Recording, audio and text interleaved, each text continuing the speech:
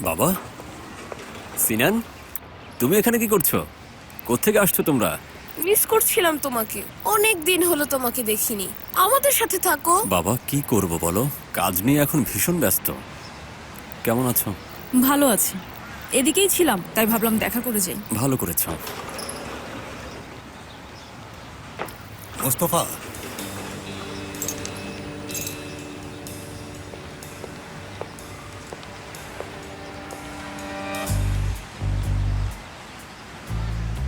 তোমার নতুন গাড়ি। ও, বাহ বাহ বাহ বাহ বাহ, এটা কি কমিশনার? মোস্তফাকে কমিশনার বলো না, সে এখন আমাদের পুলিশ চিফ। মাই গড, পুলিশ চিফ? তোমার প্রমোশন হয়েছে? হ্যাঁ, সেরকমই আর কি। হ্যাঁ, কংগ্রাচুলেশনস।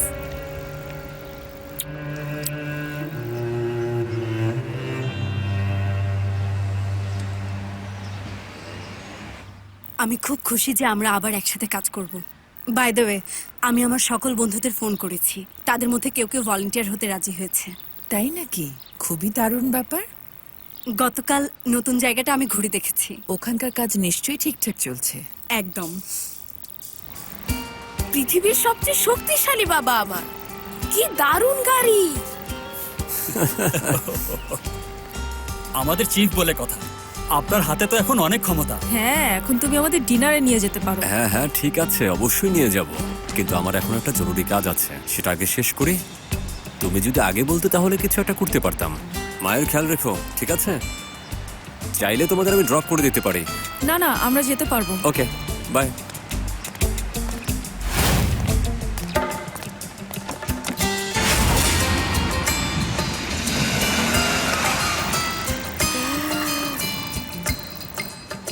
দেখা হবে সিনান, দেখা হবে। তুমি কি মায়ের একটা উপকার করবে? অবশ্যই করব মা। চলো আজ রাতে ইসাদের বাসায় যাই। চলো।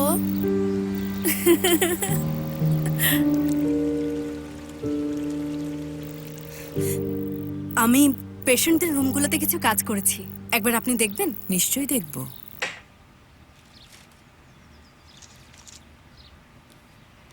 মেয়েটাকেও নতুন জায়গার ব্যাপারে জানানো উচিত। নিশ্চয়ই। আপনাদের তো মনে হয় দেখা হয়, তাই না? ইদানিং একটু কমই দেখা হচ্ছে।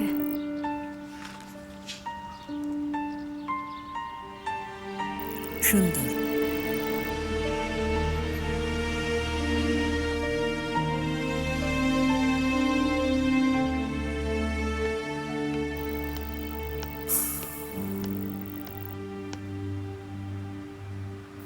কিছুদিন ধরে তোমাকে অন্যরকম লাগছে।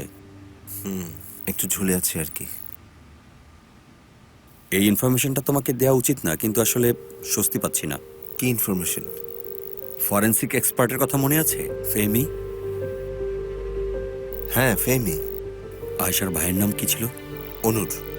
তার ময়না তদন্তের পর কেউ একজন তার অ্যাকাউন্টে 5 লক্ষ টাকা ডিপোজিট করেছিল জার্মানির একটা কোম্পানি থেকে। এটাই ভেবেছিলাম, তাই হয়েছে। আমি একদম শিওর ছিলাম লোকটা আমাদের মিথ্যা বলছে। পুরোপুরি নিশ্চিত হওয়ার আগ পর্যন্ত তুমি কিন্তু আয়েশাকে কিছু বলো না। ঠিক আছে, চিন্তা করো না।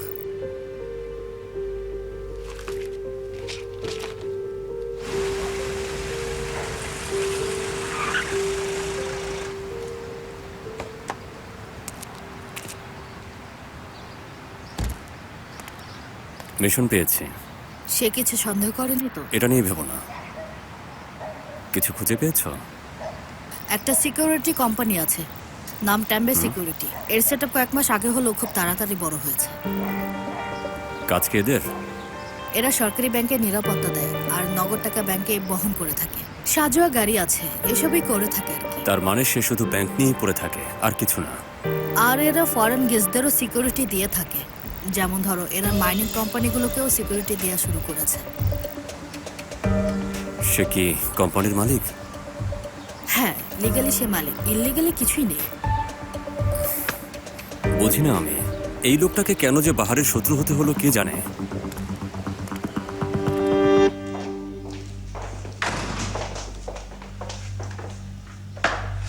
কি অবস্থা?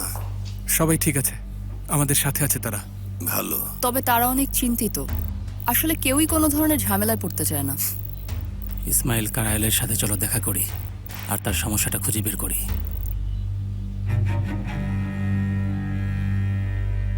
শেষ পর্যন্ত আমরা তাকে দেখতে পাবো, একটু অপেক্ষা করো।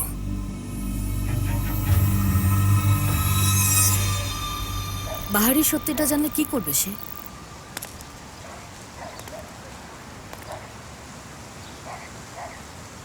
জানি না।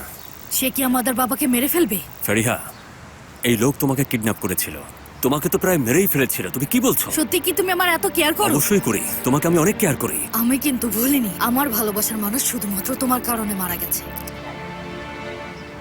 ফেরিহা, আমি শুধু তাকে জেলে পাঠিয়েছিলাম, এছাড়া কিছুই করিনি। এটা যদি না করতে সে হয়তো বেঁচে দোষী না থাকতো। হলে তাকে জেলে যেতে হতো না। রাইট। ফেরিহা, প্লিজ যেও না, প্লিজ।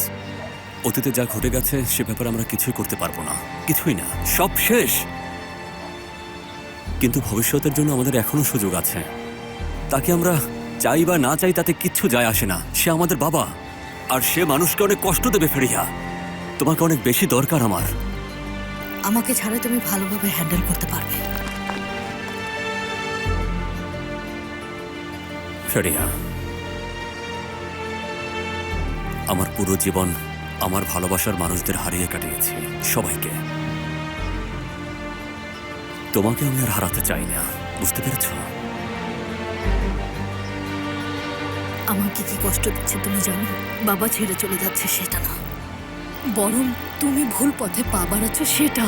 ফেরিহা, তুমি যা বললে তাই যদি করতাম তাহলে কি এরকম হতাম?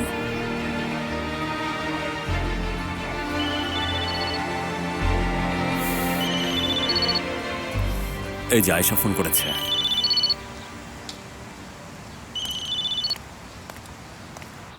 তোমার একজন গার্লফ্রেন্ড আছে, সেটা নিশ্চয়ই ভুলে গেছো, তাই মনে করিয়ে দিলাম। সরি, আমি আসলেই তোমার কথা ভুলে গিয়েছিলাম। ও আসলেই? তুমি এক সেকেন্ডের জন্য মন থেকেও যদি সরে যাও তাহলে আমার মনটাও চলে যাবে। কি ছিল এটা? পাম দিচ্ছ আমাকে? না, এটাকে আমার ভাষায় বলা হয় মুস্তফা পাম অয়েল। তোমাকে অনেক মিস করছি। চলো দেখা করি। কোথায় আছো বলো, আমি আসছি। বাইরে কোথাও দেখা করি? ঠিক আছে, কোথায়? স্ট্রিট নাম্বার 55 তো তোমার চেনা, অসাধারণ একটা চাইনিজ রেস্টুরেন্ট আছে ওখানে। ওখানে চলে এসো। একা আসবে আর অস্ত্র ছাড়া আসবে, ঠিক আছে? ঠিক আছে, দেখা হচ্ছে সেখানে। আয়শাকে কিভাবে বলবে? এভাবে আস্তে আস্তে বলবে? বলো। না, ওকে আমি সরাসরি বলবো। বলবে আমার বাবা অনেক মানুষ খুন করেছে আর এগুলো ভুল করে করেছে, তাই তো? ফেরিহা, আয়েশা ছাড়া আমি 97 দিন কাটিয়েছি। এর চেয়ে খারাপ কিছু আমি আর ভাবতেই পারি না। জাহান্নামের ছুটি কাটানোর অনুভূতি বরং আনন্দের অনুভূতি হবে, বিশ্বাস করো। ঠিক আছে, যাও আর তাকে সবকিছু বলে দাও। হ্যাঁ বলবো, তাতে সমস্যা কি? Good luck. Good luck. Good luck.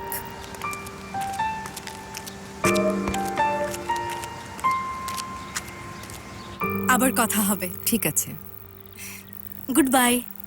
By.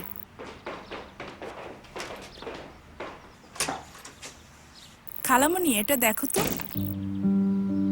সেফির সাহেব? হ্যাঁ। মেলিসা ম্যাডাম, এখানে দুজন পুলিশ অফিসার এসেছেন। পুলিশ কেন এসেছে? জানি না।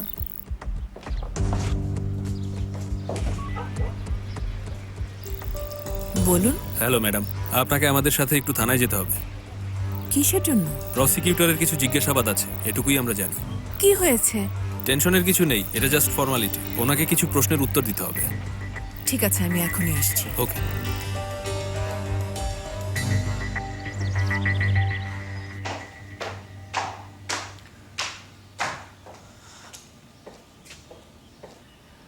কি অবস্থা সেফের সাহেব, কেমন আছেন? একটু দূরে আছি, তুমি কেমন আছো? দূরত্ব কিন্তু ভালো জিনিস। আংটিটা তো দেখতে খুব সুন্দর, এটা নতুন নাকি? ভেতরে কিছু একটা লেখা আছে, কিন্তু আমি পড়তে পারছি না, একটু দেখবে? সেফের সেদা। এই সেদাটাকে মানে হায় আল্লাহ, লোকটাকে আমি সেমা লিখতে বলেছি আর সে ভুল করে সেদা লিখেছে। বিশ্বাস করো আমাকে, এখানে ভুল বোঝাবুঝি হয়েছে, এতে আমার কি দোষ? প্লিজ যেও না সেমা। ফয়সাল, তুমি এটা কি করেছো? একদম শেষ করে দিয়েছো।